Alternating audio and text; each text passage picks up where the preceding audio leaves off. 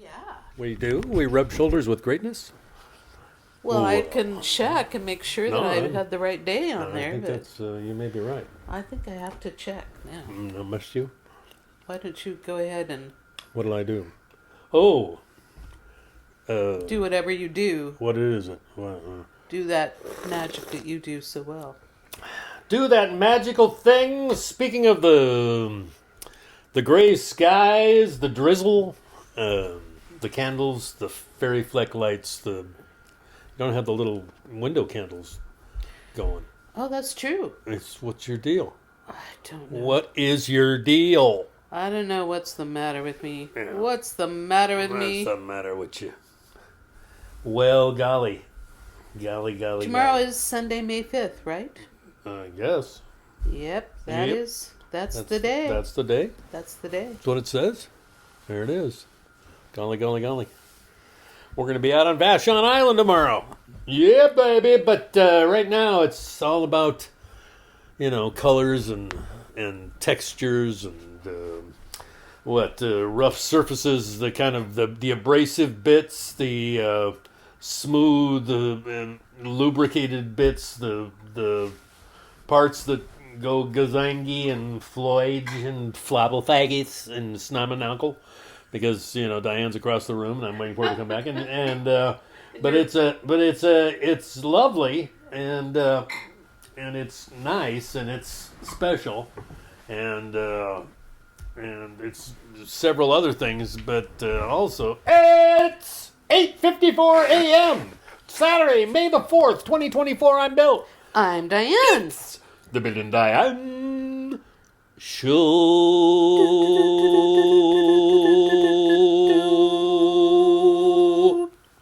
Yeah, it's been a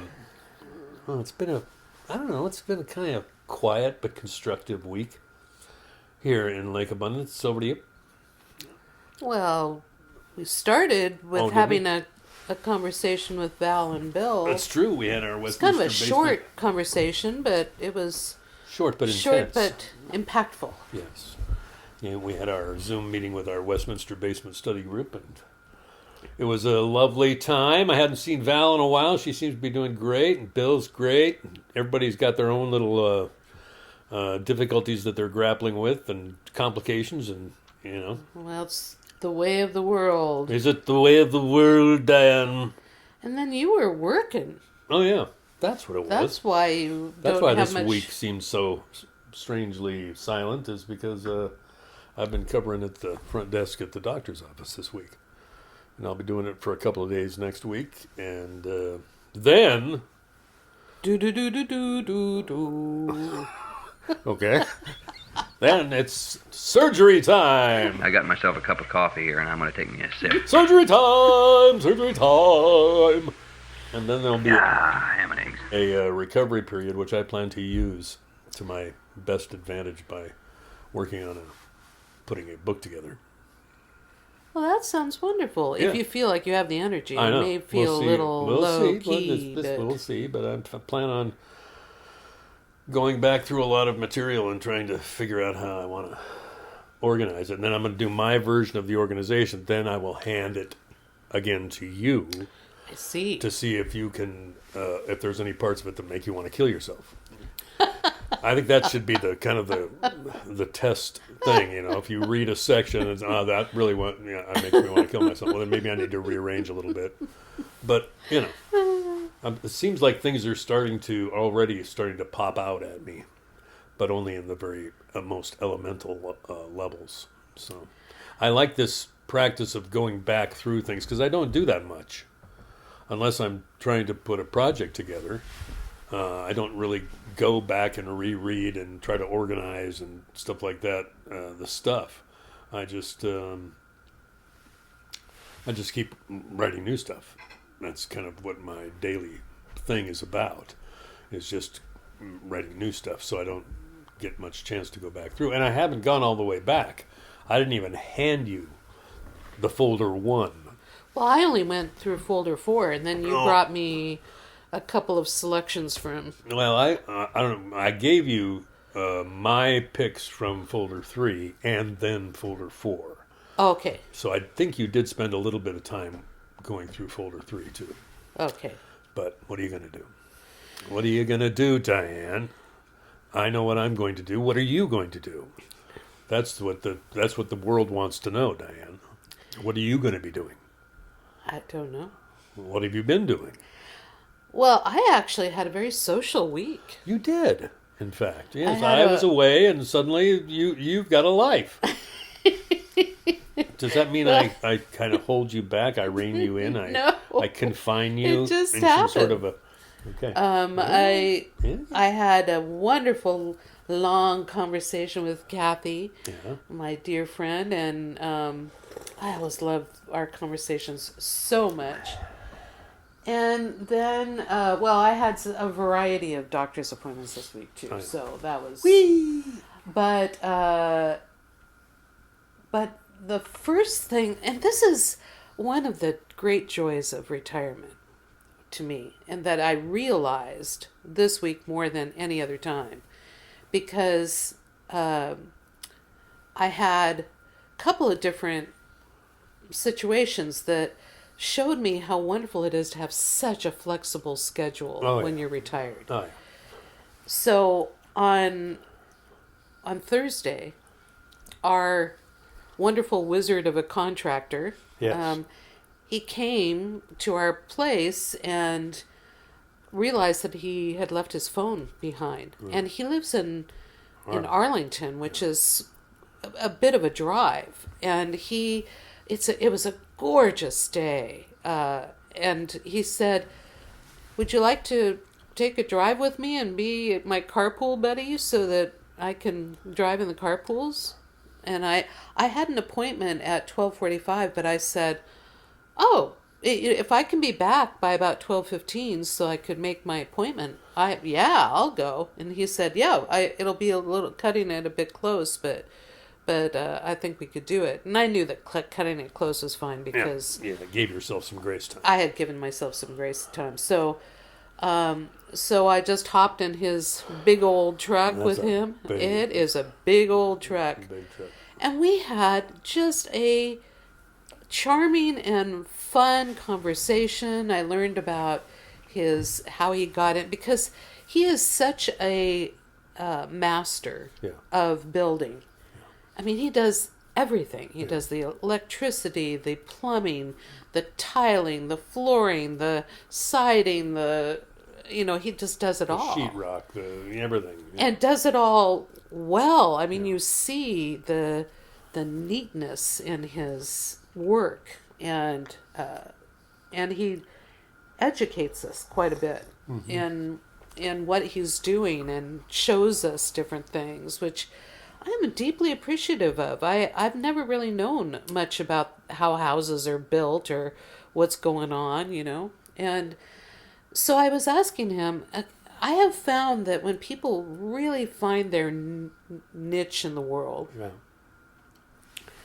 it's because they actually had a bit of a calling even when they were kids. Right. So, for example, when I was a kid, I always loved to organize, and I loved art, and writing. All this stuff that I like now, I liked when I was a kid. And I had asked Tammy of the Antique Sandwich fame, Tammy, the owner of the Antique Sandwich, along with her sister Shirley, sister-in-law, whether she had, what was her occupations when she was a kid. She loved to make soup when she was a kid. So I asked Tim, giving him this preface, and he was telling me that when he was 7 years old, that a neighbor of his was an architect, and he was reconstructing the house, remodeling and reconstructing, and the neighbor had a lot of kids, and Tim was friends with them, and the kids were both older and younger than he was, and he learned, because they were his friends, that this is what the guy would be doing. And he said, "Can I come along and help?" Because all the kids were going to be involved in doing something. So even from the time he was 7, he wanted to know how you build a house, And I just found that so fascinating, and hearing his whole journey from there, how he, that he was so directed towards that. And I think that's a real blessing if you know so early, because then you don't waste your time with like getting a college degree when it's not going to help you in your particular path, or you just go for what is going to get you along that path. And he's had his own business since 2006. He's had his own construction company. So it was a gorgeous drive up to his place. And because it was, what's going on right now, the spring green unfurling, the cherry blossoms, all the flowering trees are out, and he and his wife Samantha live in this, it's almost like a compound. They've got a house, a greenhouse, and then Tim has a variety of... He's got a metal shop and a wood shop. He's got a blacksmith. Yeah. He's got blacksmith ironry. I don't know even how you describe He's got that. A forge and an anvil and all the... Yeah. But he is obviously proud, and rightly so, of his wood shop. Yeah. And he has it all in different sections, like he was saying. So this is the stained glass section if people want to make stained glass, and here's this section, here's this section, and here's the wood that I'm going to be using for your pantry door, and here's the wood that I'm going to be using for your sliding door in the bathroom. And it was just fascinating. I took a picture so I could show you the wood shop with Tim in it, and you could see the pride on his face. He just seemed so That's one of the happy. things I really like about Tim, is that he's obviously, if you let him take his time on things, he's going to have a lot more fun, and he can see that he really enjoys what he does. And he probably would rather be doing more of the wood crafting and stuff than he's allowed to, so we've kind of given him an opportunity to stretch that muscle a bit. And I think even the fact that, because I think we've mentioned on the show that he had never made a door before, but we could not find in his vendors list a door that was not painted white or painted. And we just didn't want to paint a door. We wanted one with wood. And so he said, well, if you'll pay for the materials, I'll build you a door. I've never made one. I want to try it. And you would have thought he had made doors all of his life. And it sure looks like it's somebody who's a fine doorsman. So he's now a doorsman because he's made a door. And he's going to make another door. We have the very first Tim Post door. Tim Post door. And tell your friends. He brands his woodwork with his own brand, and our door is branded. I'm sure our vanity is as well. But Nikki, one of the people that comes with him to help sometimes, she said, "Did you brand the door?" And he said, "Oh yeah, you bet I did." I feel like you should brand them and number them. Yeah. Number 1. Yeah, because he's obviously proud of his work, and that's just every time I look at that door, I feel some of Tim's pride in having built it. It's but great. That's the thing that is so amazing, that we are surrounded by art, and now the person who's working on our house is an artist, and we get to enjoy his artworks in our home. And it's just amazing. And the thing that I love too about having Tim as our construction guy is he knows that homeowners don't really know what when he's asking what. He'll say, "Would you rather have this or this?" And he'll say, "If I put it over here," and then he'll nod his head at you as he's saying, "If I put it over here," very emphatically. It's just like, but if I put it over here, and then he shakes his head side to side, letting you know what you should actually do, which makes it easy for idiots like us to say, "Yeah, do it the way you think works best, Tim." That's pretty much always the choice you make. Well, however you think is going to be the best, Tim. But especially, like if we had no idea when he was building our vanity for our downstairs bathroom. Yeah. We didn't give him any instructions of what we wanted or... He knew he had to fit this thing around the bottom of the sink, Yeah. right? Leave room for the sink and the plumbing parts and stuff like that. And so, But then he made this Chinese puzzle box of a vanity that is the most incredible vanity I've ever seen. drawers within drawers, you know. It's Pictures just, to people. It's just Try to. amazing. Yeah, it is. It's a one-of-a-kind piece. And so are the doors. And that's going to be more original art in our house. And he was saying that he said, I'm a little like a crack dealer, the first one I give for free and then I start charging. Yeah.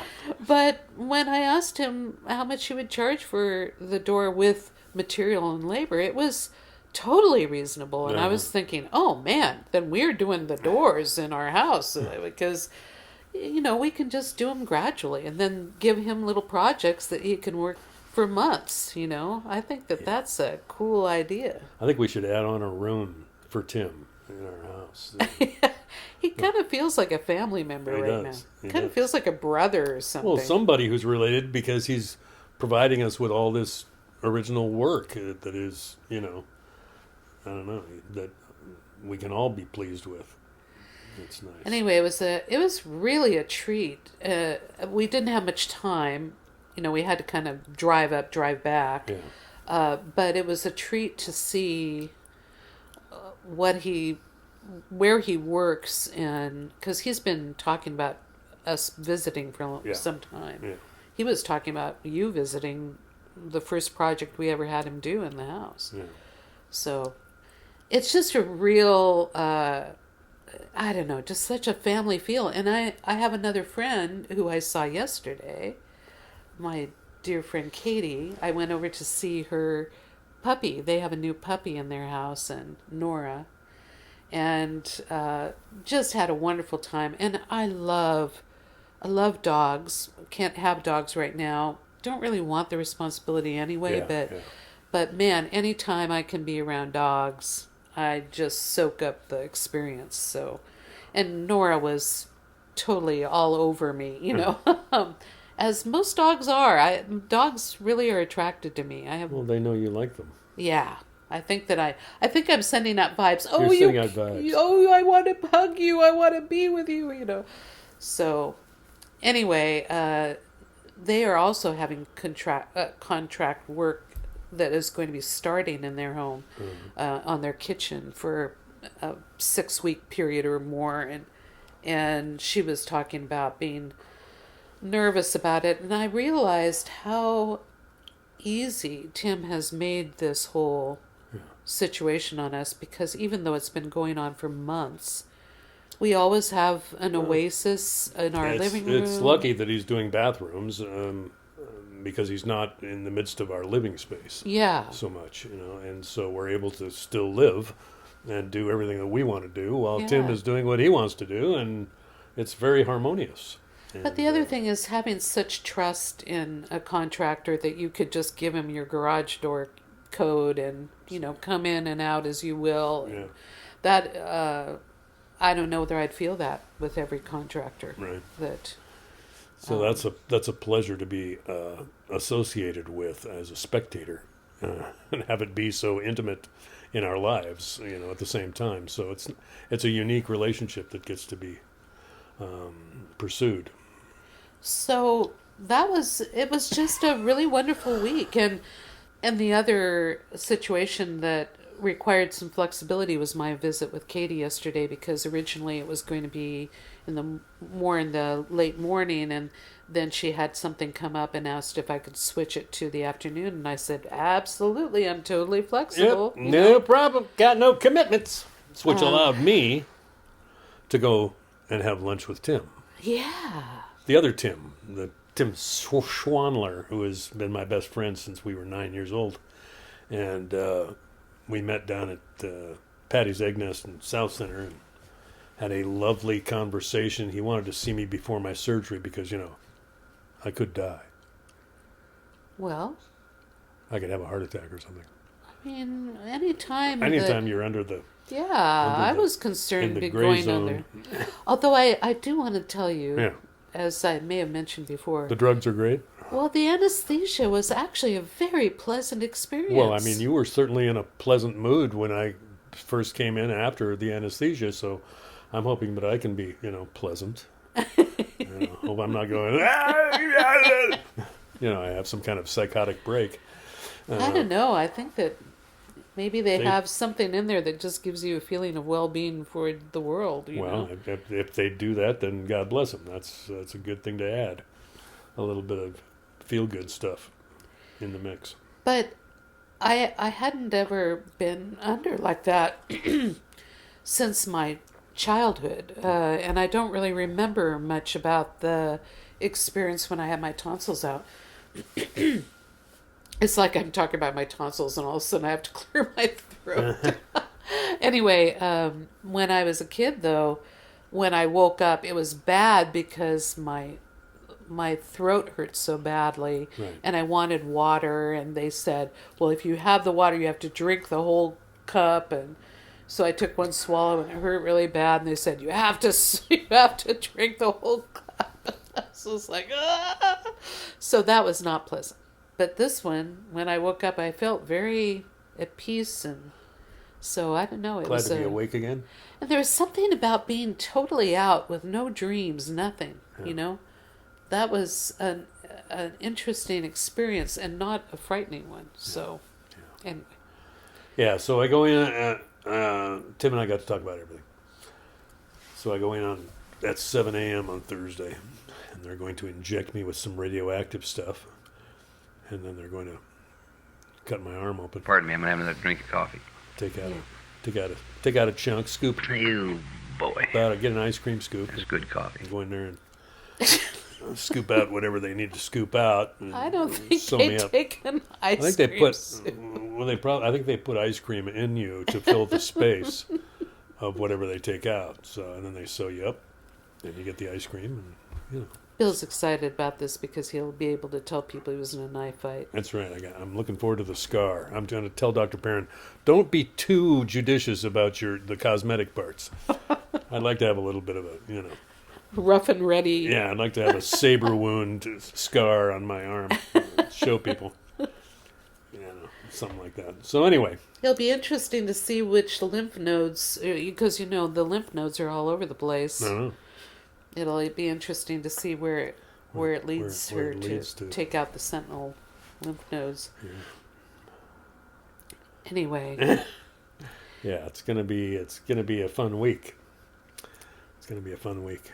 Different. well, and this week you also are I'm going to I'm working full days Tuesday and Wednesday, and then Yeah. Thursday I go in for surgery. So Well, that's pretty much what I did. yeah, I worked right up to the time that I had the surgery, yeah. There was- and worked afterwards too I've got until couple more days after the surgery. until too. I had the axillary lymph node surgery and didn't know whether I was going to have chemotherapy and all that stuff. So that changes everything. Yep, it doth change the metrics. But before this next week starts, Oh, we are going down. Why is it Down. Well, it's not really down. Over. Over. Well, it's a little down and over. down and over to Vashon. We're going down and over to Vashon Island Yes, tomorrow. to see Kat Eggleston, Tracy Spring, and Janice Carper playing the round at the Vashon Havura Center. Yeah, Yeah, where I got to play out there What a a couple treat. years ago. Yeah, that will be it. I haven't seen Janice Carper. I don't know whether I've seen her since Victory Music days in the I know. 1980s. I haven't seen her Well, since maybe she I moved. have. I don't know. Since she moved to Oregon. Yeah. Yeah, but I've been in contact with her, and she's still making music. And she was one of the Pudding Stone. She was one of the original Pudding Stone Songwriters Colony. Yeah. Yeah, so So it'll be a wonderful time. yes, We always love going out to Vashon. yes. It's just a treat. So we'll go out early and maybe have some lunch out there at the Mexican restaurant. And Ooh, yeah. they have a good Mexican They restaurant. do. They got good tortilla soup. and then we'll hang out and come home that night. Yeah. But when I was considering music for today, I felt like, well, it has to be Cat. Yeah. It could have been Janice or Tracy too. Sure. But I wanted to do a song by Cat. And the one that I decided to choose is both topical because of all the court case news info that we are being bombarded by daily. Yes. And you will see that I don't need to speak more about it than that it does apply to the topical news. But also, it was done when she was a ferry boat musician, and which was back towards the beginning of her career. And Bill, while we were listening to the song this morning, he said, Cat wrote this song? Cat wrote this song, and I said, it sounds like something she learned off an old Irish album or something, or Robert Burns or somebody like that, She's actually rather famous in the filk music community for this song. Filk? Yeah, there's a Filk? Wait a minute. Jeez. There's a music style called filk. It's it's actually kind of it says it's a musical culture, genre, and community tied to science fiction, fantasy, and horror fandom, and a type of fan labor. You're kidding. No. Wow. And so, because it's got a fantasy element, this song, she's quite famous in the filk world for this. And other people have done it. Have done her song because, I know that Tanya Opland used to sing it. I remember her taking it on. And we think that we're just making some assumptions here because I don't have the credits album anymore, but this was from a cassette tape, and that was recorded at David's, so the sound was good. It just was never released on anything but cassette. It was around the same time that you had the Lunatic Cafe. No, it was after that. The Lunatic Cafe was more around Right at the Light time. Oh, okay. Yeah. But I just remember that when I was at the front, I had a variety of cassettes that I was. Yes, it was, but it was after I think selling. it was.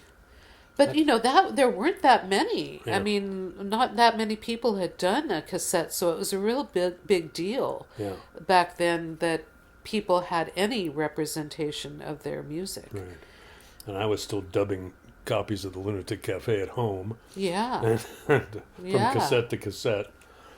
And but we believe we're just taking a guess on this, but we think it's Tanya Opland on the fiddle, and we believe that Felicia Dale is harmonizing in with Steve Gouda and Cat. Yeah. So it's an amazing piece of work. I can't believe that I know this person. Woo. And all you have to do is change the J to a D, and then it really becomes topical. You will see when change the J to a D on the person's name in this song. Yeah. Ay ay ay, ay ay ay.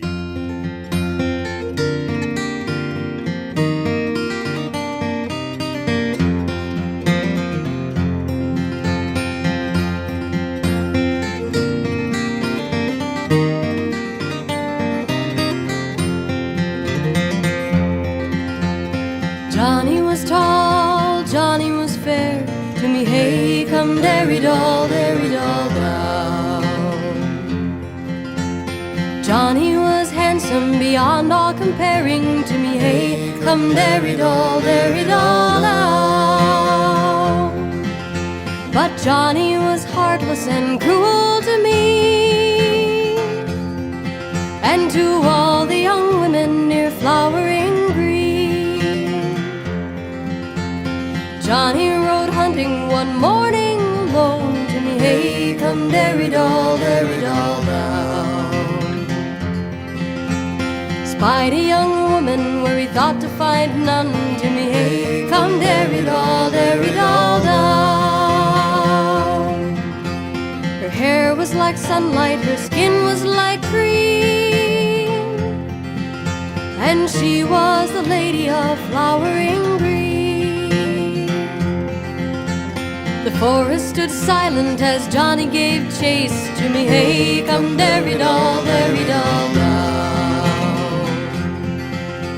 His blood it was pounding, his heart it was racing to me. Hey, come derry doll, down. She turned round to face him in the glade by a stream, and he lost his heart in flowering green.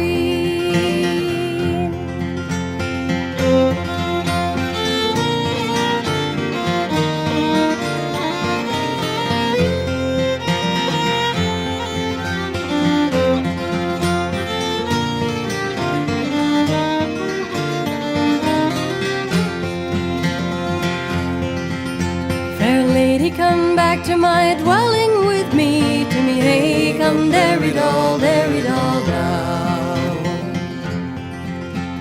For I am uneasy in flowering green, to me, hey, come derry doll, down. Oh, handsome young hunter, you may take me home, but first I am longing to see your true form. So Johnny drew near and the forest was hushed. He smiled as he met the fair lady's touch. Her eyes, they bewitched him stronger than wine, and he became one of the wildwood swine.